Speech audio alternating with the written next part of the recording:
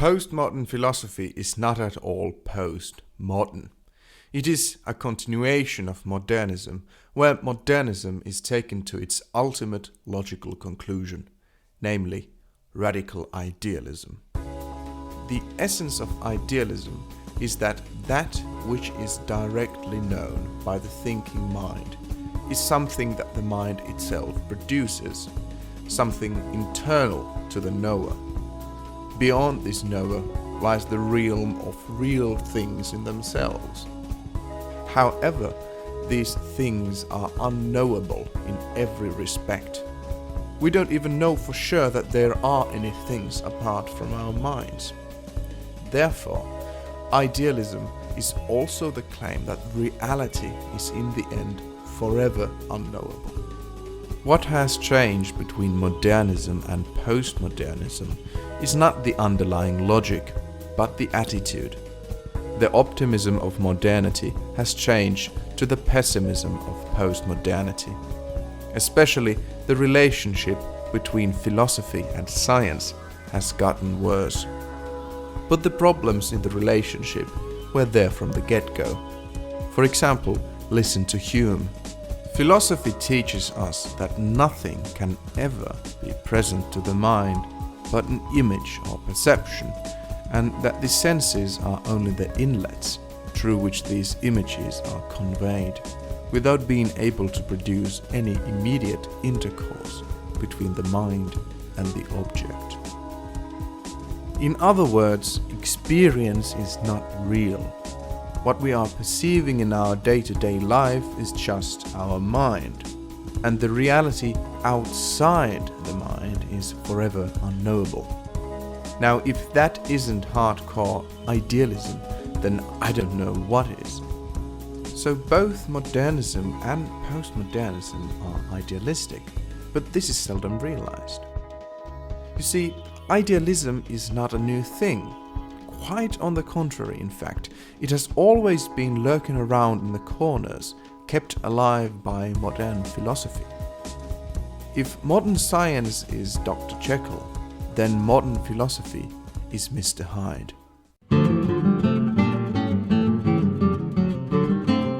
We travel all the way to the 17th century, to the birth of modern philosophy and modern science. Modern science was taking its first steps. The power of mathematics, experiment, and new instruments like microscope and telescope helped us to form a new view on reality. A scientific worldview that supplanted the old medieval one. We learned that the earth revolved around the sun, opposed to what both the Bible and the Catholic Church were teaching. These first moderns saw themselves as revolutionaries. They were creating a completely new world which were to be guided by reason, enlightenment and science. No authority or great book would be in the position to dictate what the reality is all about. Instead of the Bible, these men wanted to read the book of nature, whose language was mathematics. Mr. Science himself, Galileo, writes, "Philosophy is written in this grand book, the universe, which stands continually open to our gaze. But the book cannot be understood unless one first learns to comprehend the language and read the letters in which it is composed. It is written in the language of mathematics, and its characters are triangles, circles, and other geometrical figures without which it is humanly impossible to understand a single word of it. Without these, one wanders about in a dark labyrinth." Modern science is a project that seeks to inquire what the reality is, independent of our minds. In other words, what the reality is in itself.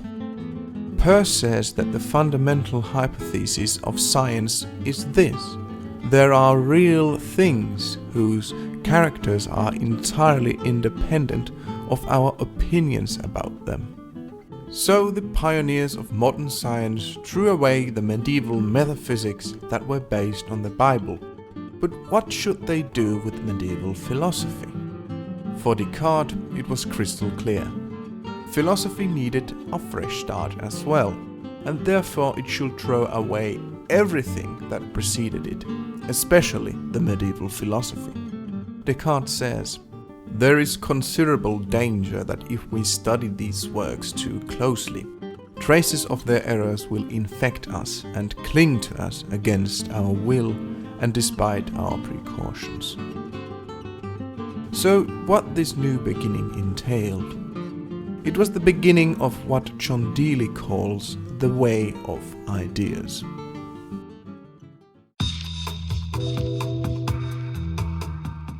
We are familiar with the saying, "I think, therefore I am," by Descartes, meaning that because I perceive myself thinking, there must be a thinking thing or subject, res cogitans. What is outside of this thinking thing is the realm of extended things, or as we could say, the material world, res extensa. This material world was governed by causation, where different material things were shoving and colliding with each other. With mathematics we could learn to predict this world, but let us not get ahead of ourselves. Underlying this new world view was a deeper claim about our minds and cognition, namely that all that we are aware at any given moment is an idea in our mind, hence the name the way of ideas. Everything you feel, perceive or think are just ideas inside your mind. All you experience is just the perception of the activity of your mind. As Hume says, "No man who reflects ever doubted that the existences which we consider when we say, 'This house and that tree' are nothing but perceptions in the mind." This is a fundamental point that is shared by all modern philosophy. For example, consider what Bertrand says. "What I maintain is that the occurrence in the brain is a visual sensation. I maintain, in fact, that the brain consists of thoughts, using thought in its widest sense, as it is used by Descartes. What I maintain is that we can witness or observe what goes in our heads, and that we cannot witness or observe anything else at all. And this brings us to the problem of the external world. If we only experience our mind, how can we be sure that there is reality outside of our minds? What if we are just a brain in a vat, or in the matrix? We witness the birth of epistemology, which is the branch of philosophy that studies the nature of knowledge. But modern epistemology does not tell us how we can know the reality, but how we are unable ever to know it. We are thus trapped in our minds like prisoners. And because everything we experience are only ideas in our mind, there is no escaping from this prison. There is nothing in our experience that would refer anything outside of our minds.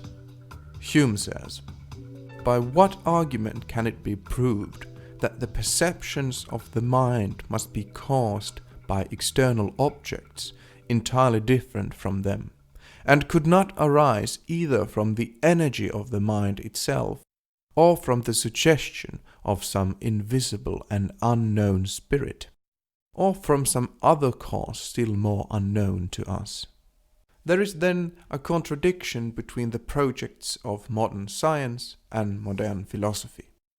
Modern science wants to inquire the reality which is independent of our minds, that is, the mind-independent reality.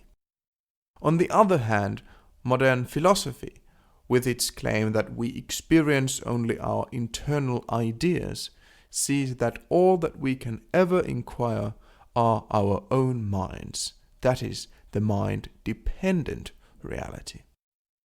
According to modern philosophy, science then becomes an impossible task, because there is no real link between our minds and the external reality. There is no possibility ever to experience or even inquire the external reality in itself, as it is independent of our minds. Therefore, science, which tries to inquire the true nature of reality through experiments and experience, is of no use. Hume says, "It is a question of fact whether the perceptions of the senses be produced by external objects resembling them. How shall this question be determined? By experience surely, as all other questions of a like nature, but here experience is, and must be, entirely silent. The mind has never anything present to it but the perceptions, and cannot possibly reach any experience of their connection with objects. The supposition of such a connection is, therefore, without any foundation of reasoning.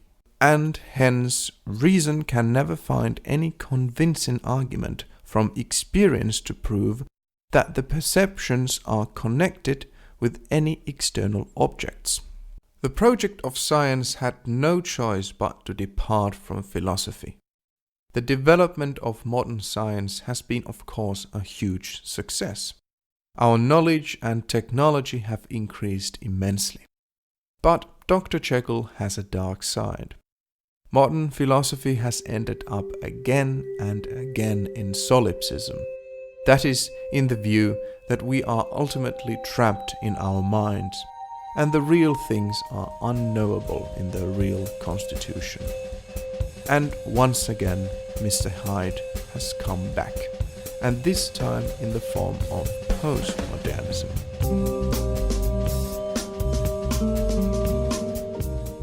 Postmodernism is the view that we have no possibility to view things from a bird-eye perspective. There is no objective stance that we can take on things, because our experience is always shaped by historical and cultural processes. Furthermore, these cultural structures saturate our experience so that even our perception is already theory-laden, meaning that culture and language structure our perceptions. We literally are prisoners of our specific historical times. Our whole experience is then inside these arbitrary cultural historical practices and languages that are separate from any connection with reality. Even logic is one of these arbitrary languages.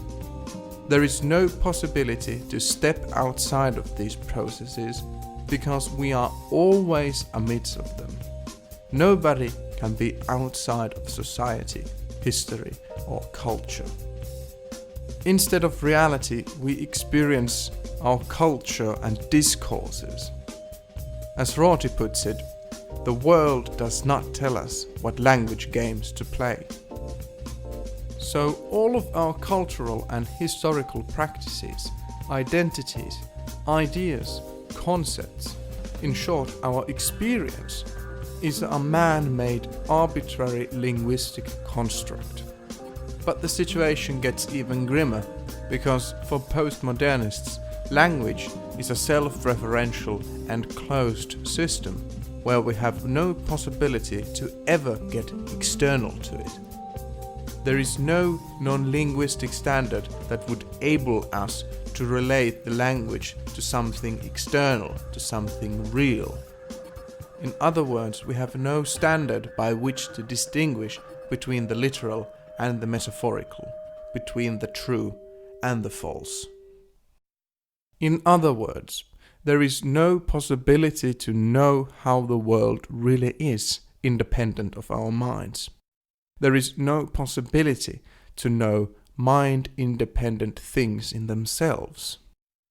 Richard Rorty says, "The difficulty faced by a philosopher who, like myself, is sympathetic to this postmodern suggestion is to avoid hinting that this suggestion gets something right, that my sort of philosophy corresponds to the way things really are. For this talk of correspondence brings back just the idea my sort of philosopher wants to get rid of. The idea that the world or the self has an intrinsic nature. In a sense, the tension between science and philosophy is released by claiming that there is no reality to be inquired by science. The story about the discovery of the Book of Nature that propelled the scientific revolution is for a postmodern philosopher just another grand narrative or a great story, completely man-made, without any relation to reality whatsoever. Whereas modernity still desperately tried to unify philosophy and science, that is, when Dr. Jekyll still tried to resist Mr. Hyde, postmodernity resolves this tension between philosophy and science by saying that there is no unifying reality at all, letting Mr. Hyde to take over completely. Instead of resisting modern philosophy and the way of ideas it brought with it, postmodernism embraces the way of ideas with open arms. Whereas modernity was trapped inside of our individual minds, postmodernity develops this claim, or may I say pathology, by claiming that we are furthermore trapped in our social culture minds. And as science is a social project, there is simply no possibility for the project of science to be genuine or real. It must be just one more arbitrary story that we tell ourselves as a culture. There is then nothing postmodern about postmodernism. The idea that we have no access to reality is by no means a postmodern idea. Actually, it is precisely the fundamental idea of modern philosophy. Therefore, both modernism and postmodernism share the same fundamental foundation, the way of ideas. Postmodernism is just the logical outcome of such an idea, the idea where Mr. Hyde takes total control of Dr. Jekyll. So, in the end, postmodernism is actually ultramodernism, or simply put, modernism on steroids.